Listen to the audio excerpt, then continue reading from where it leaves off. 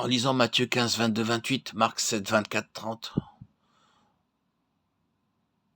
nous voyons une femme cananéenne dans la détresse qui s'écrie dans son besoin « Aie pitié de moi, Seigneur, fils de David ». N'était-ce pas une prière pressante? Si certainement, cependant, chose étonnante, le Seigneur ne répond pas un mot, les disciples semblaient approuver l'attitude du Seigneur, car ils lui dirent « Renvoie-la, car elle crie derrière nous ». Mais comment le Seigneur leur a-t-il répondu? Il dit « Je n'ai été envoyé que vers les brebis perdues de la maison d'Israël ». Cette réponse du Seigneur permit à cette femme de découvrir la manière de s'approcher de lui. Elle vit que le fils David était en relation avec la maison d'Israël et non avec les nations. C'est alors qu'elle s'est prosternée devant lui en disant « Seigneur, aide-moi ». Elle l'appelle maintenant Seigneur et non pas fils de David. Elle a réalisé que seule la maison d'Israël avait le droit d'user de ce titre. Elle a donc délaissé sa mauvaise conception des choses pour renouveler sa demande au Seigneur. Le Seigneur lui a répondu « Il n'est pas bien de prendre le pain des enfants et de le jeter aux petits chiens. » Cette réponse était si déroutante. Elle semblait accréditer le fait que le Seigneur rejetait la femme. En réalité, il voulait lui faire valoir tout le chemin parcouru par la grâce de Dieu. La femme a pu voir sa position et aussi la grâce du Seigneur. Et, possédant alors la clé de la prière, elle dit « Oui, Seigneur, mais les petits chiens mangent les miettes qui tombent de la table de leur maître. » Alors Jésus lui dit « Femme, ta foi est grande. » C'est parce qu'elle avait trouvé la clé qu'elle exerçait naturellement la foi. Dans Marc 7, nous lisons que le Seigneur dit « À cause de cette parole, va, le démon est sorti de ta fille. » Sa brève prière fut exaucée car elle possédait la clé et prit avec, à propos. C'est ce que nous devons apprendre. Souvent nous faisons des efforts pour prier sans aucune réponse de la part de Dieu. Cependant, nous ne cherchons pas à en connaître la raison. Frères et sœurs, comment voulons-nous que Dieu réponde aux prières qui n'atteignent pas le but? Dans les temps de prière, nous devons en premier lieu découvrir la clé, car c'est seulement en agissant ainsi que nous serons sans cesse exaucés de la part de Dieu. Tout en ayant considéré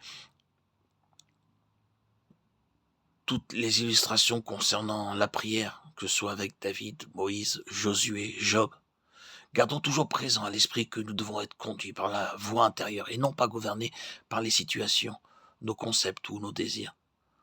Lorsque cette douce voix intérieure nous dit de prier, lorsque dans les profondeurs de notre être, nous avons le sentiment de devoir prier, alors répondons à cette sollicitation aussitôt. Les situations peuvent uniquement être le moyen de nous conduire devant le Seigneur pour nous attendre à lui. Elles ne doivent pas contrôler notre prière. Et les pensées ne sont utiles que pour cristalliser et définir les indications intérieures. Elles ne doivent pas être la source de la prière. La prière selon la volonté de Dieu n'est possible que lorsque nous sommes nous-mêmes en harmonie avec cette volonté. À moins que nos affections n'aient été disciplinées, nous ne pourrons pas suivre la conduite intérieure de la prière. Parce que nous serons influencés par nos propres désirs et chercherons à introduire Dieu dans nos plans. Dès que nous constatons que nous prions sans efficacité, nous devons en rechercher la raison.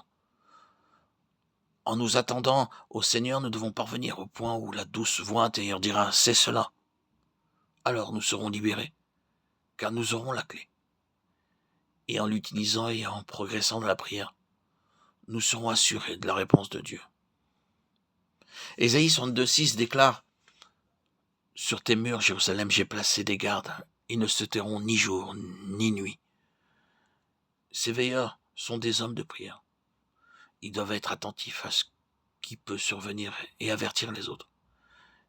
Ils doivent replacer les choses devant Dieu continuellement. Il ne s'agit pas d'individus isolés dont il est question dans ce passage. Ils ne se tairont ni jour ni nuit.